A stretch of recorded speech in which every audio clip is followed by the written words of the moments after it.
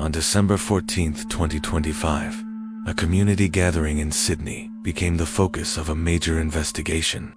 Authorities were quickly called to respond, and many questions arose. Was this an isolated incident, or part of a more complex situation?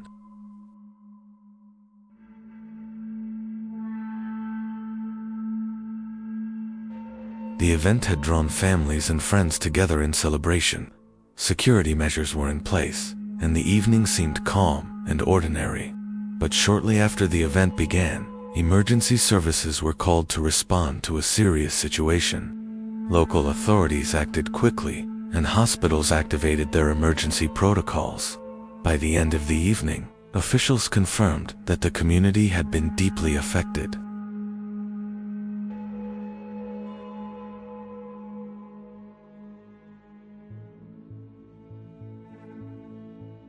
The initial moments were chaotic, with information flowing in from multiple sources. The priority for first responders was to secure the area and provide aid, while investigators started the methodical process of evidence collection. They knew that every detail, no matter how small, could be crucial in understanding the events of that night. The scene was carefully preserved, and witnesses were gently guided away to provide their accounts in a calm environment. For the investigators, this was the start of a long and complex journey, one that would demand precision, patience, and a relentless pursuit of the facts. Authorities quickly identified an individual of interest, who was later taken into custody for questioning. As the investigation began, officials emphasized that the full motive was not yet known. Early reports focused on gathering facts and evidence, carefully avoiding any premature assumptions or conclusions. In major investigations like this one, jumping to conclusions can be a critical error.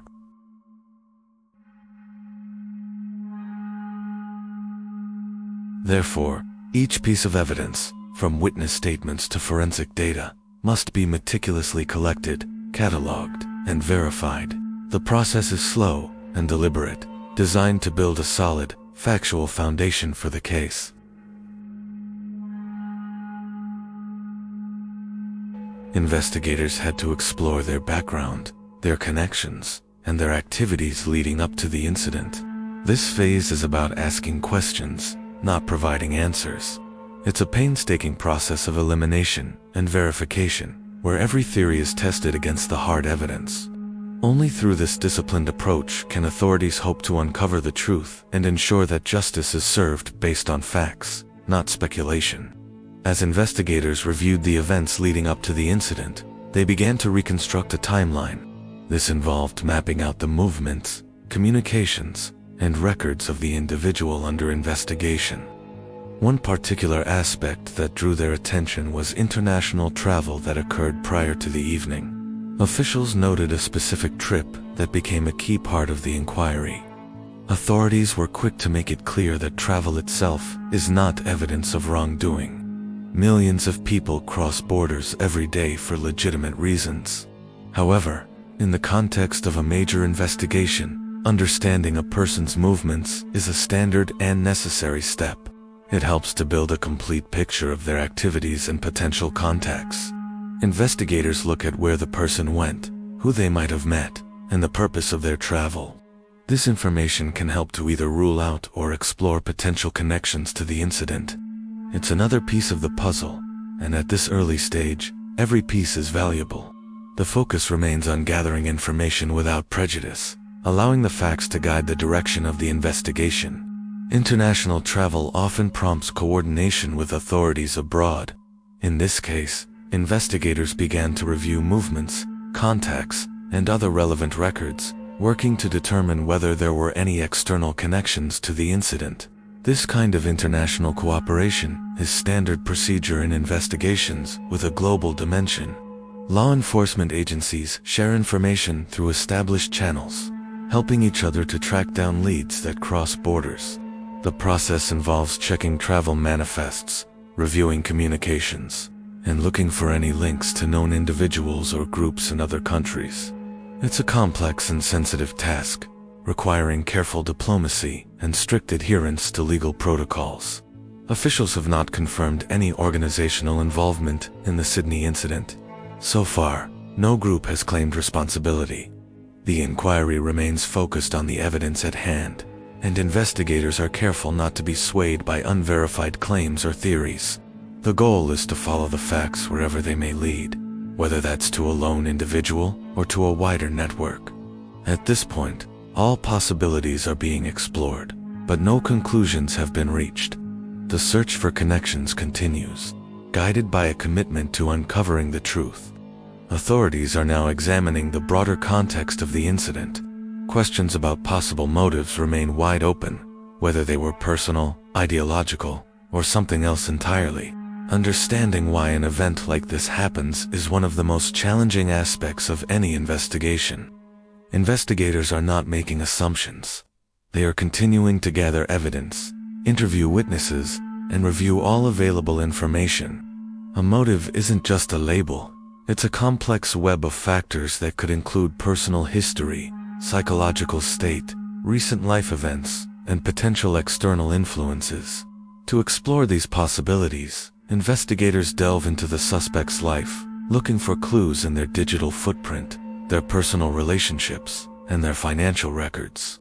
They might bring in experts, such as forensic psychologists, to help analyze the available information. The absence of a clear motive at this stage leaves many questions unanswered, and authorities caution the public against speculation. Rushing to assign a motive can create a false narrative and hinder the investigation. For now, the question of why remains at the heart of the inquiry, a central mystery that investigators are working tirelessly to solve. Every serious incident inevitably leads to an examination of security measures and preventive systems. Officials are now reviewing the protocols that were in place, how intelligence was shared, and whether any warning signs were present before the evening. At this stage, it appears no specific threats had been identified prior to the event. This review is not about assigning blame. Instead, it's a critical opportunity to learn and to improve. Security experts analyze every aspect of the event's planning and execution. They look at physical security, like barricades and entry points, as well as the less visible layers, such as threat monitoring and communication between different agencies. Did the existing systems work as intended? Were there gaps that could be closed in the future? These are the kinds of questions that drive the review. The goal is to make public gatherings safer for everyone. By studying what happened, authorities can identify potential weaknesses and develop stronger, more effective strategies for prevention. It's a proactive process aimed at building resilience and ensuring that communities can continue to come together with confidence and security. In the aftermath, the community responded with vigils and an outpouring of support for those affected. Questions and theories quickly spread across social media, highlighting the public's deep desire for answers. In response, authorities reminded everyone to rely on verified information from official sources. Investigations of this scale take time, and a careful, methodical review of all the facts is essential for a just outcome. While speculation is a natural human response to tragedy and uncertainty, investigators must remain guided by evidence.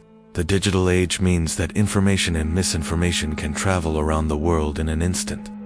This creates a challenging environment for law enforcement, who must manage the public's need for information while protecting the integrity of their investigation.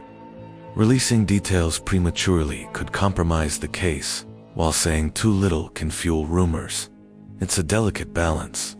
The community's solidarity provides comfort and strength, but the path to true understanding lies in the patient and diligent work of the investigators, who are committed to finding factual answers, not just fast ones. What exactly happened that evening? Were there early indicators that could have been noticed? And what does the investigation ultimately reveal about our broader systems and responses? Some answers may eventually come to light through the ongoing inquiries and future court proceedings. Others, however, may remain uncertain. What is clear is that the incident had a lasting and profound effect on the community. Investigators continue their work behind the scenes, dedicated to uncovering the full story. In the face of tragedy, the search for truth is a long and often difficult journey. It requires patience from the public and persistence from those tasked with finding answers. The questions that remain are a heavy burden, but they also drive the relentless pursuit of justice and understanding. This is Criminal Verse, where every story holds questions yet to be answered.